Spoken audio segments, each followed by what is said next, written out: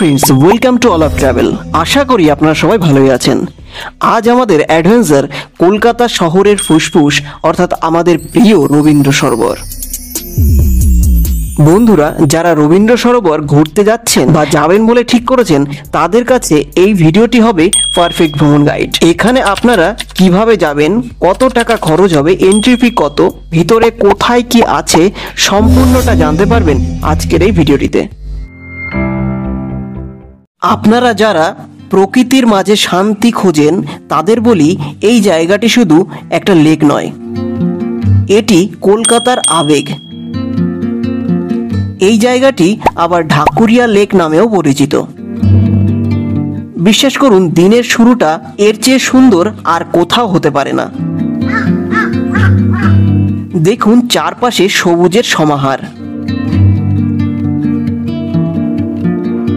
যারা এখানে মর্নিং ওয়াকে আসেন তাদের প্রাণবন্ততা সত্যি মন ভালো করে দেয়।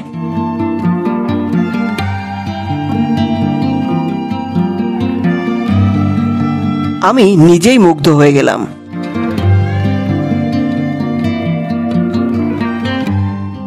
গেট দিয়ে ভিতরে ঢুকতেই দেখতে পেলাম রবি ঠাকুরের দাঁড়িয়ে থাকা সুন্দর একটি মূর্তি। এখানে ঢোকার জন্য আপনারা অনেকগুলি গেট পেয়ে যাবেন। আমি ঢুকেছি 12 নম্বর গেট দিয়ে। এই 12 নম্বর গেট দিয়ে প্রবেশ করলে আপনারা আপনাদের বাইক, কার নিয়েও প্রবেশ করতে পারেন। আর অন্যান্য গেটগুলিতে গাড়ি বাইরে রেখে প্রবেশ করতে হয়। এই গেট দিয়ে ঢুকেই একটু হেঁটে সামনে এগিয়ে গেলেই পাবেন 1 নম্বর গেট।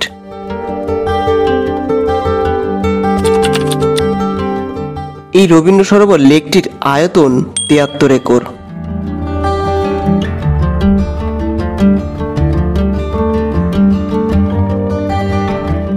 আর এখানে প্রবেশের জন্য কোনো টাকা লাগে না। জনসাধারণের জন্য প্রবেশ মূল্য পুরো ফ্রি। সকালবেলা থেকেই এখানে সবাই মর্নিং ওয়াক, এক্সারসাইজ করতে আসেন।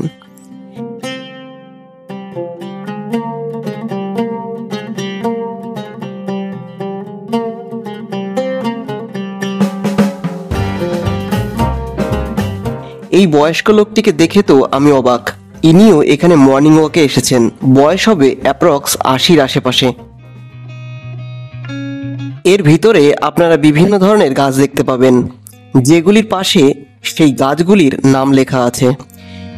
যেমন মহুয়া, মেহগুনি, কিগেলিয়া, কিনাটিয়া পাম, করঞ্চ, হিজল, পরশ পিপুল, কাঁঠাল, পলাশ, কদম, গামার, জামরুল, বট ইত্যাদি। তবে আমি আশ্চর্য হলাম এই সব নামের পাশে কিউআর দেখে। এই সব কিউআর স্ক্যান করলে আপনারা দেখতে পাবেন সেই সব গাছগুলোর পুরো ডিটেলস এবং গাছগুলি কোথা থেকে আনা হয়েছে ইত্যাদি। এই সরোবরের পাশ দিয়ে আছে প্রচুর বসবার জায়গা। এখানে পরিবার, বন্ধু বান্ধব নিয়ে তো সবাই ঘুরতে আসেই, তবে সবচেয়ে বেশি দেখা যায় কাপেলদের। ফ্যামিলি নিয়ে এলে একটু সাবধান, লজ্জায় না পড়ে যেতে হয়। একটু হিন্টস দিয়ে দিই, সরোবরটির দক্ষিণ পাশেই সবচেয়ে কাপেল বেশি থাকে। যাই হোক, এই পুরো সরোবরের মাঝখানে একটা চর মতো করা আছে। ওই যে দেখতে পাচ্ছেন, ওইখানেই প্রচুর সারস পাখি দেখা যাচ্ছে। আমার তো হেভি লাগলো। আপনাদের কেমন লাগলো কমেন্ট করে জানাবেন কিন্তু।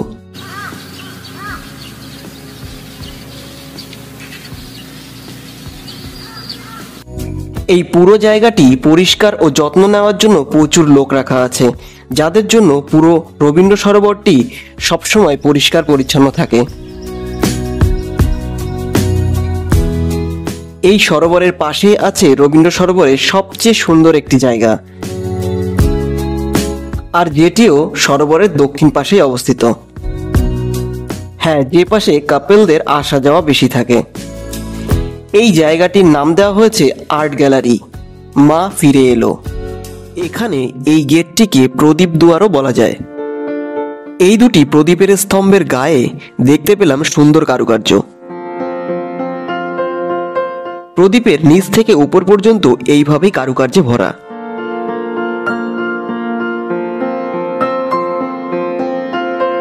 যাই হোক, এবার ভিতরে ঢুকে চলে আসলাম বাঁ পাশের গলিতে। এখানে একটি বিশাল মা দুর্গার মূর্তি। তবে এটি কাঠের না পাথরের বোঝা বড় কষ্টের। প্রতিমাটিও সুন্দর কারুকার্যে ভরপুর। তাছাড়া এই পাশের স্তম্ভগুলিতেও সুন্দর সুন্দর নকশা তৈরি আছে।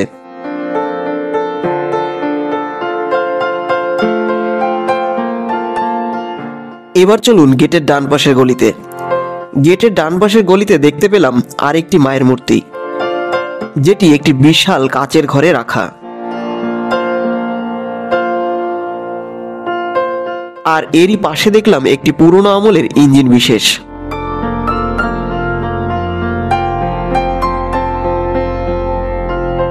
এখান থেকে বেরিয়ে এবার চললাম ভিতরের দিকে।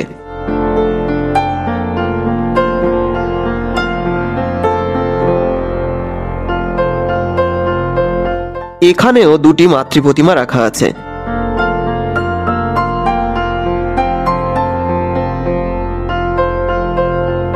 আর এর সামনেই এক বিশাল বড় টাওয়ার।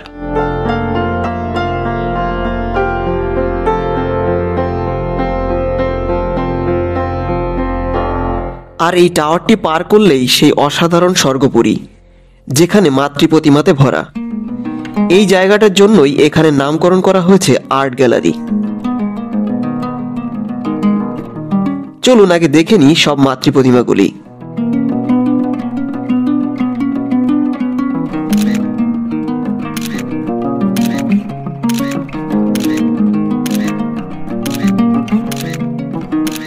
এইখানে এই সমস্ত প্রতিমাগুলির মধ্যে আমি আশ্চর্য হয়ে গেলাম এই দুটি প্রতিমা দেখে। একেবারে অরিজিনাল রক্তে মাংসে তৈরি লাগলো। বন্ধুরা, আপনাদের কি মনে হলো কমেন্টে অবশ্যই জানাবেন। আর সবচেয়ে বড় কথা, এই মাতৃ প্রতিমাগুলি যে ঘরে রাখা আছে তার বাইরের দেওয়ালেও অসাধারণ কারুকার্যে পরিপূর্ণ।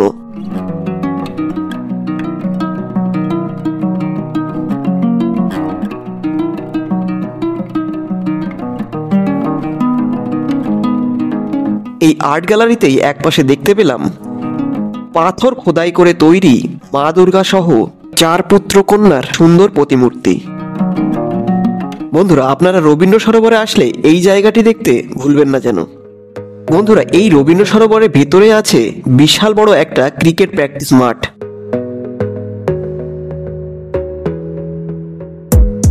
আছে একটি পদ্ম পুকুর, যার চারপাশে এই ধরনের রেলিং দিয়ে ঘেরা।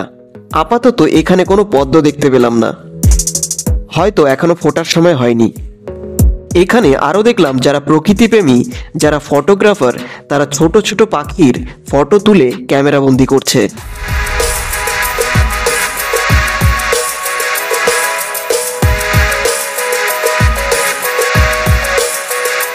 এই যে বোটগুলি এনারা চালাচ্ছে, আমার মনে হয় এগুলি কোনো এক্সারসাইজের পার্ট। শুধু ছেলেরাই নয়, মেয়েরাও চালাচ্ছে। এই পার্কেরই এক সাইডে দেখলাম একটি সুন্দর ফোয়ারা, যেটি 3 নম্বর গেটের কাছে। এই রবীন্দ্র সরোবরের এক পাশে আছে মসজিদ, যেটি লেক মসজিদ নামেও পরিচিত। এই মসজিদটি লেকের মাঝখানে অবস্থিত, আর এটিতে যেতে হলে এই মিনি সেতু দিয়ে যেতে হয়।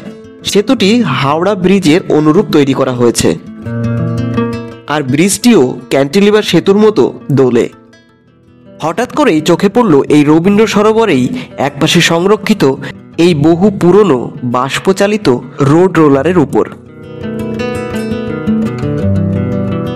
এটির বয়স প্রায় 100 বছরের উপরে হবে। সম্ভবত 1919 সালের দিকে তৈরি হতো এই ধরনের রোলার। আরও দেখলাম দুটি কামানের মুখ, যেটি সরোবরের পাশেই রাখা আছে। তো আপনারা এখানে আসতে চাইলে যদি শিয়ালদা বা দমদমের দিক থেকে আসেন, তাহলে বাসে করে চলে আসবেন রবীন্দ্র সরোবর, অথবা আপনারা মেট্রো রুটও ব্যবহার করতে পারেন। সেক্ষেত্রে আপনাদের রবীন্দ্র সরোবর মেট্রো স্টেশনে নামতে হবে।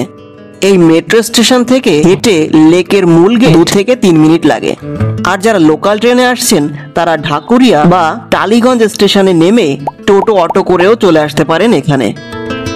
তাহলে আর দেরি কেন, আপনার অ্যাডভেঞ্চারের ব্যাগ গুছিয়ে নিন আর চলে আসুন এই প্রাকৃতিক সৌন্দর্যের মাঝে। এই সরোবরটি খোলা থাকে সকাল 5টা থেকে রাত 8টা পর্যন্ত। তাই যারা সকালে আসবেন, তারা দিনের শুরুটা শুরু করবেন চারিদিকের এই সবুজ ও শান্ত পরিবেশ দিয়ে, আর শেষটা করবেন সূর্যাস্তের এই মনোরম দৃশ্য দিয়ে।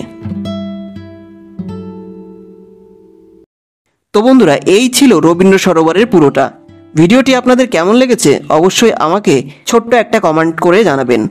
ভালো লাগলে একটা লাইক করে চ্যানেলটি সাবস্ক্রাইব করে রাখুন, যাতে নতুন নতুন ট্রাভেলিং প্লেসের ভ্রমণ অভিজ্ঞতাগুলি আপনাদের সঙ্গে শেয়ার করতে পারি। তো আজকের মতো বাই, দেখা হচ্ছে নতুন কোনো জায়গায় নতুন কোনো ট্রাভেলিং ভিডিওর সঙ্গে।